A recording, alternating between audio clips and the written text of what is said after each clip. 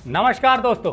उत्तर प्रदेश के विधानसभा चुनाव में विपक्ष छुट्टे सांडों का मुद्दा जोर शोर से उठा रहा है।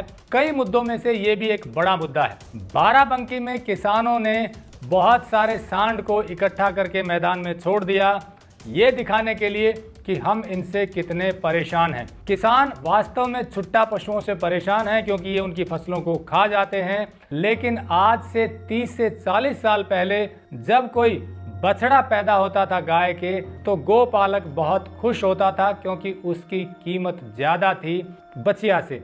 लेकिन धीरे धीरे मैकेनाइजेशन हुआ और बछड़ों की कीमत घटती गई, उनकी ज़रूरत नहीं रही। ऐसे में किसान बछड़े को थोड़े दिनों के बाद आवारा छोड़ देते हैं और उन गायों को भी छोड़ देते हैं जो दूध नहीं देती।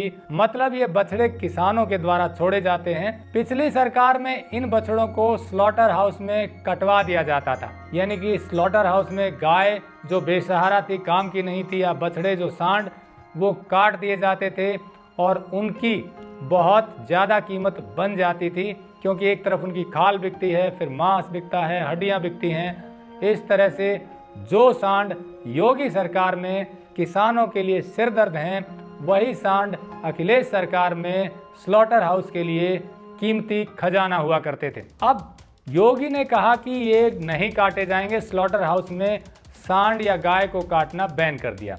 यहाँ तक बात बहुत अच्छी है, लेकिन इसके आगे जब ये बछड़े बड़े होकर इधर उधर घूमते हैं, इन्हें खाने को कुछ नहीं मिलता, तो ये खेतों की तरफ रुख करते हैं और फिर समस्या होती है किसानों को। अब देखिए, ये भौतिकवादी युग का दूसरा पहलू है। इंसान ने अपने लिए ही सारी चीजें जोड़ के रख ली हैं।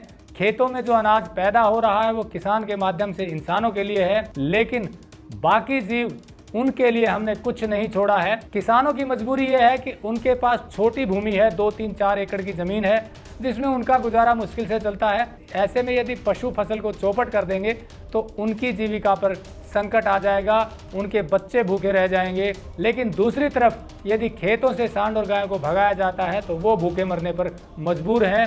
ऐसे में आप देखिए, शहरों में आपको गाय या सांड जो छुट्टा पशु हैं वो कूड़े के ढेर पर चरते हुए मिलेंगे, बहुत सारा पॉलीथीन खा जाते हैं क्योंकि उनके लिए कोई चारे की व्यवस्था नहीं है। योगी सरकार ने ये फैसला लिया कि स्लॉटर हाउस में सांड और गाय नहीं कटेंगे, लेकिन दूसरी तरफ इनके लिए व्यवस्था करने में प्रशासन नाकाम रहा। दो मजबूरियां हैं, एक तो जमीन नहीं है, चारागाह जो पहले पशुओं के लिए होते थे, जिन्हें गोचर भूमि बोलते हैं, उन पर भी कब्जा कर लिया है इंसान ने। पंचायती जमीन में गोचर भूमि होती थी, उनको अब पंचायतें किराए पर देती हैं, ठेके पर देती हैं और उनसे आमदनी लेती हैं, जबकि वो गोचर भूमि पशुओं के लिए होती थी जिस पर अब पंचायत का कब्जा हो गया है। और वन जो दूसरा ऑप्शन था आवारा पशुओं के लिए, वो धीरे धीरे कम होते गए, वहाँ भी जगह नहीं बची।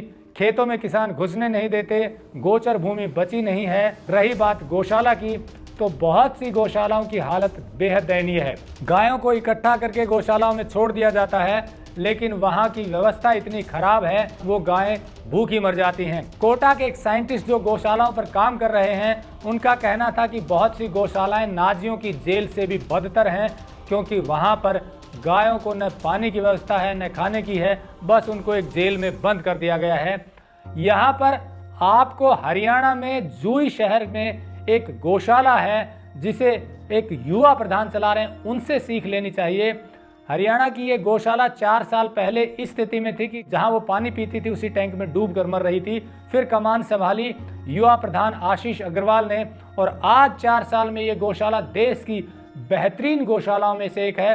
हर गाय तंदुरुस्त है, सबको अच्छा भोजन मिलता है, सबको अच्छा चारा मिलता है और गाय खुशहाल हैं। लेकिन ये गौशाला दान पर चल रही है, ये उनकी मेहनत है, लगन है प्रधान की अपनी टीम के साथ कि उन्होंने संवारा है। परंतु दूसरी जो गौशालाएं हैं वहाँ की मैनेजमेंट इतनी डेडिकेशन नहीं दिखा पाती और वहाँ भी स्थिति अच्छी नहीं है। अब ऐसे में समाधान क्या हो? समाधान ये है कि गौशालाओं को आत्मनिर्भर बनाया जाए। जब तक कि वहाँ से कुछ आमदनी नहीं शुरू होगी, गौशालाओं की हालत यही रहेगी, पशु यूं ही घूमते रहेंगे। और वो आमदनी कैसे बन सकती है, उसका सबसे पहला सोल्यूशन है गोबर गैस प्लांट। गौशालाओं में गोबर गैस प्लांट लगाकर गैस उत्पादित की जा सकती है और साथ में जो स्लरी निकलेगी वहाँ से, उससे बेहतरीन खाद बनेगी, वो किसानों तक पहुँचाई जाएगी। तो एक तरफ फसल अच्छी होगी और दूसरी तरफ गौशाला की आमदनी बढ़ेगी और गैस मिलेगी। लेकिन विडंबना देखिए, बड़ी बड़ी गौशालाएं हैं, हजारों पशु हैं उसमें, लेकिन गोबर गैस प्लांट नहीं लगे हैं। कहीं लगा भी दिया जाता है तो मैनेजमेंट सही नहीं होती, क्योंकि उसका गोबर डालना पड़ेगा गोबर गैस प्लांट में, उसके बाद वो गैस जो बनेगी उसको बेचना पड़ेगा।